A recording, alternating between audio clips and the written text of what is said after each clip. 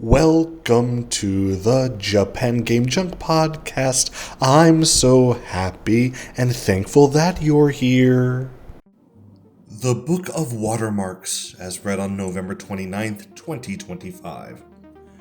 The Book of Watermarks is an adventure video game developed by Watermarks and published by Sony Computer Entertainment for the PlayStation.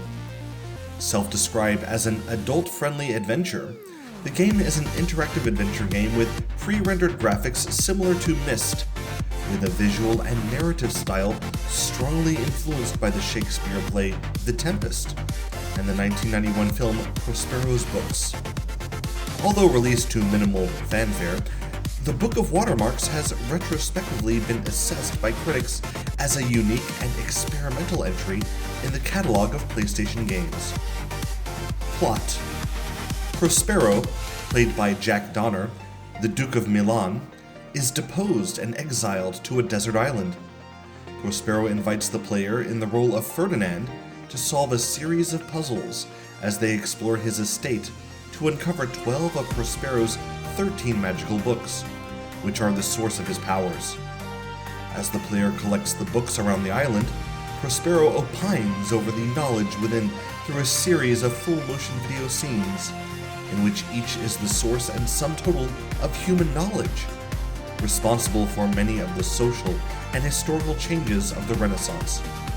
However, once the player obtains all the books, Prospero reveals that he seeks the books not to recover them, but to destroy them, stating that the books are monsters spawned by limitless human desire, with the titular Book of Watermarks creating infinite and uncontainable amounts of information dangerous to humanity. Once Prospero retrieves the books, he vows to cast each of them into the sea. Gameplay: The Book of Watermarks is played as a conventional adventure game in which the player navigates the pre-rendered scenery of two islands, Ceres and Iris Island, to collect the 12 books sought by Prospero. The game is navigated from a first-person perspective, with the player using directional controls to travel between static scenes, with animations playing between transitions. To progress, players complete a series of puzzle mechanics, including finding keys for locked doors, completing patterns or words found on clues elsewhere in the island, or navigating mazes. If the player is stuck, they are able to find and consult the titular Book of Watermarks to receive clues about where to go next, either identifying the location of the next puzzle or providing a solution. Rarely for a Japanese release, the game's full-motion video cutscenes and much of its text is mostly in English. Development: The Book of Watermarks was developed over the course of 2 years by 3 developers at Watermark, led by designer Takashi Kobayashi, who was previously employed by Kaze and designed digital pinball Lost Gladiators.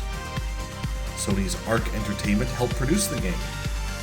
Kobayashi stated the game was developed under several influences, primarily the Shakespeare play The Tempest, of which Prospero plays a character, the Jorge Luis Borges story The Library of Babel, and the 1991 Peter Greenaway film Prospero's Books, as well as a heavy use of classical and Renaissance aesthetics and philosophy.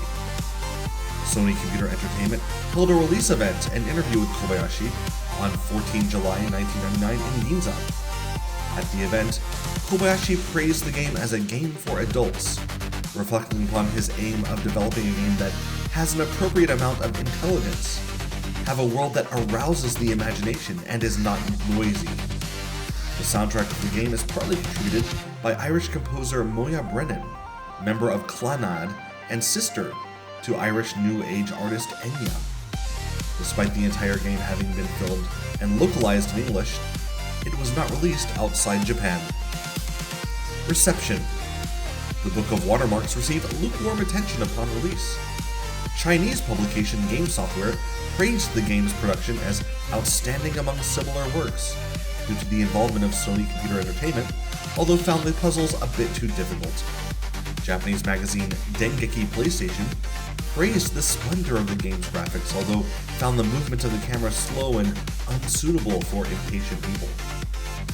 Retrospective: The Book of Watermarks has retrospectively been provided with more attention, with favorable reception of the game as a unique entry in the catalog of the PlayStation, and indicative of the appetite for Japanese developers to release unusual or experimental titles. Simon Parkin of Eurogamer stated the game was memorable and part of an effort by developers to paint their visions in full, often without compromise, in a way that only the best-funded independent game makers are able to do today. Similarly, in a retrospective of the PlayStation's 20th anniversary, Edge cited the Book of Watermarks as an example of the unusual curios and left-field releases on the platform. Keith Stewart of The Guardian similarly cited the Book of Watermarks as part of a genre of eerie games on the PlayStation, stating the console featured weird, traumatizing games because it was so successful. Game development was still relatively inexpensive, and European publishers were enthusiastically importing Japanese titles. Long after its release, several critics have written long-form reviews of the game. Writing for the Obscuratory, Phil Salvador praised the game's visual design, stating that its monumental stature and stately wonder turns it from just a dull collection of puzzles into a divine game of connect the dots. Whilst critiquing the pacing and puzzles in the game, Salvador praised its eclectic design, stating the game cribs from a basket of influences, reappropriating European art, history, literature, and even entire languages out of context for its own purposes. It can be narratively inert, erratically paced, and frankly infuriating, but it's never uninteresting. Hardcore Gaming 101 also noted that whilst the adventure is linear, the riddles are rather classical, and the progression isn't really fascinating. The game was a unique departure from the convention in the Japanese market, stating it definitely has the merit of trying to offer the Japanese public a game whose standards stemmed from an other ludocultural context than that of the anime-dominated Japanese adventure game genre.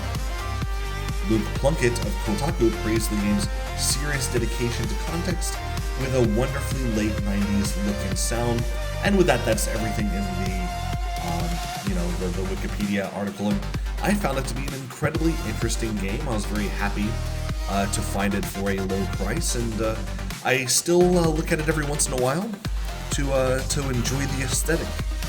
You can watch me play it for the first time on the channel, on the YouTube channel, which the description has the link to that video. So please enjoy that.